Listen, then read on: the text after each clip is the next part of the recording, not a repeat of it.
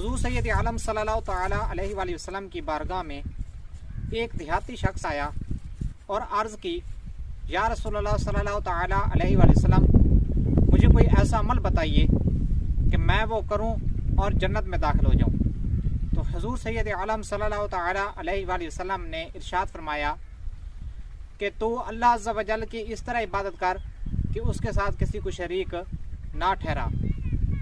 मज़ीद हुज़ूर पाक सल्लल्लाहु तआला अलैहि वसल्लम ने इरशाद फरमाया कि फ़र्ज़ नमाज और ज़कात अदा कर और रमज़ान के रोज़े रख।